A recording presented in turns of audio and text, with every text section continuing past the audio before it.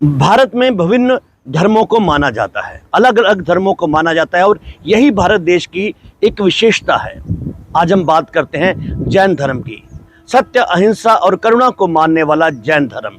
जैन धर्म के जो साधु संत हैं वो हमेशा करुणा की बात करते हैं, हमेशा सत्य की बात करते हैं और मोक्ष की प्राप्ति की बात करते हैं। वो जीवों पर दया की बात करते हैं, जियो और जीने दो के एक उद्देश्य को लेकर वो चलते हैं।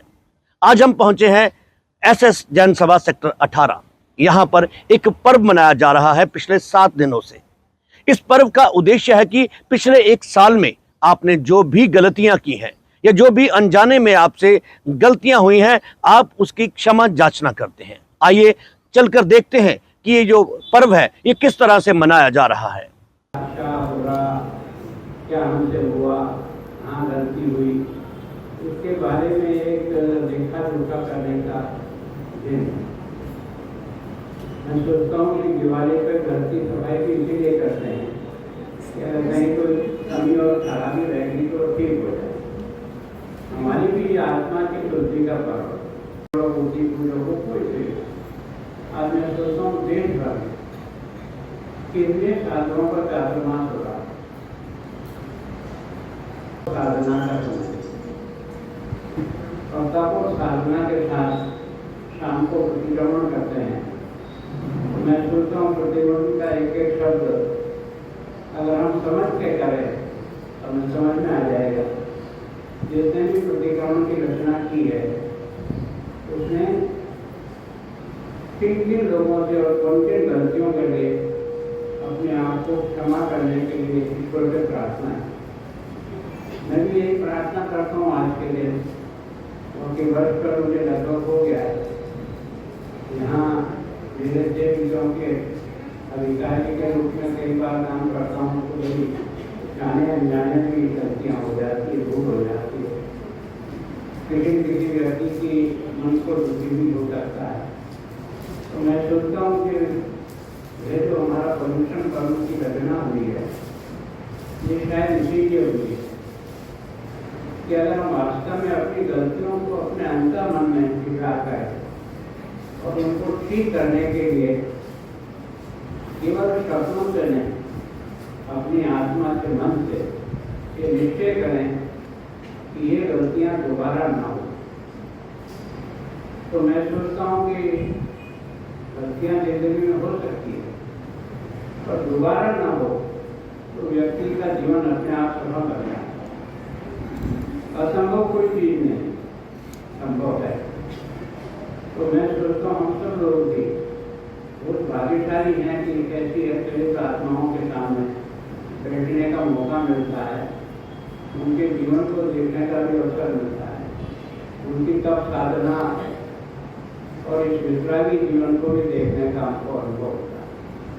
तो मैं सोचता हूँ भगवान महावीर की ये यात्रा बहुत कमाल की है। 200 वर्षों में सारे शीर्षक संत भी है, साध्वी भी, श्रावक भी है, श्राविक है। ये निरंतर जो प्रवाह चल रहा है ये कोई चमत्कार ही कहता है। कई धर्मों का उदय हुआ, कईयों का इतनी लंबी यात्रा 2500 वर्ष से भी अधिक निरंतर बिना रुके उत्सव को मनाने के लिए नहीं आता। और मेरी आपसे प्रार्थना है केवल और केवल हम ही लोग मनाएंगे और बच्चे अगर नहीं आए तो आगे का भविष्य बहुत चिंताजनक होगा। हम अच्छे इसलिए हैं कि हमारे संस्कार की धन दौलत से आदमी का जीवन अच्छा नहीं हो, संस्कारों से जीवन अच्छा हो।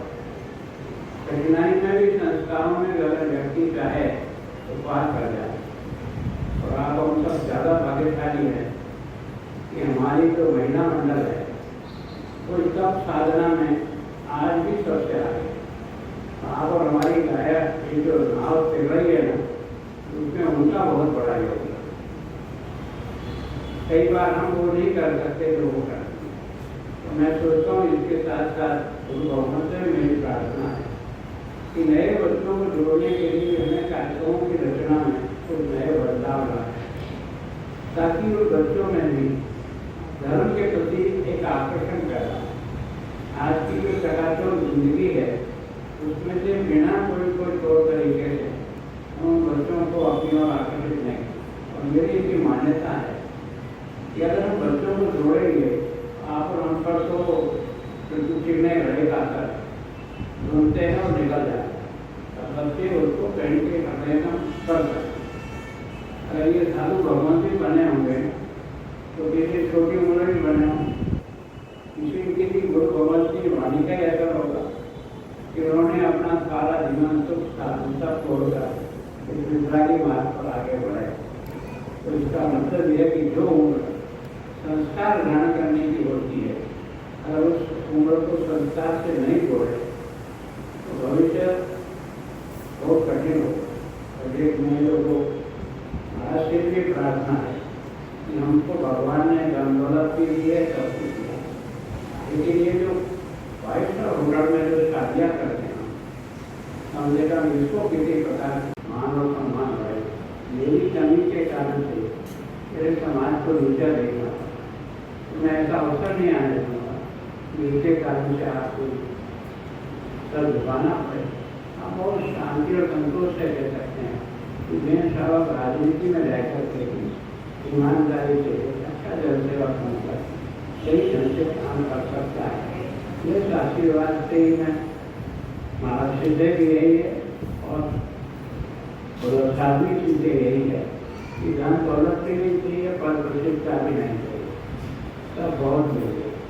लेकिन जितना जीवन जिया एक अच्छे श्रावक के रूप में राजनीति में किया है, आगे कोई ऐसी गलती नहीं हो जाए जिसके कारण से फिर समाज को किसी प्रकार से कष्ट महसूस हो जाए या उनके मन में भी लगे कि एक श्रावक ने जो गलती की है वो गलती वास्तव में सारे समाज के लिए बहुत ही कष्टदायी है। मैं आपको विश्वास दिलाता हूँ और गुरु गोबर के सामने मेरी विनती करता हूँ कि मुझे भी क्षमा करें और मुझे आशीर्वाद दें। मैं करके अच्छे जनसेवा का आपका एक प्रस्तावक होने के नाते अच्छे काम कर सकूँ, यही प्रार्थना करती है। बार फिर आप सबसे भी विचारित होगा क्षमा करें। सो देखा आपने कि किस तरह से इस पर्व को मनाया गया, और इस पर्व में सबसे एक खास विशेषता ये रही कि इसमें पंजाब के राज्यपाल और चंडीगढ़ के प्रशासक गुलाब चंद कटारिया और उनकी धर्मपत्नी ने विशेष अतिथि के रूप में एक शिरकत की। और इस समय पर उन्होंने भी पूरी तरह से साधु संतों के सामने नमन होकर जो जैन समाज है उसको जियो और जीने दो का उद्देश्य दिया।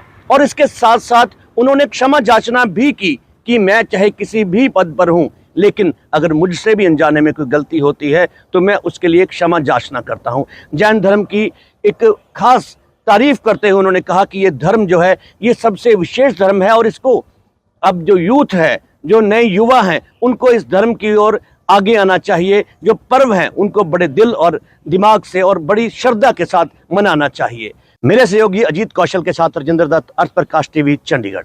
ताज़ा अपडेट्स व बड़ी खबरों के लिए सब्सक्राइब करें अर्थ प्रकाश टीवी और बेल आइकन दबाना न भूलें।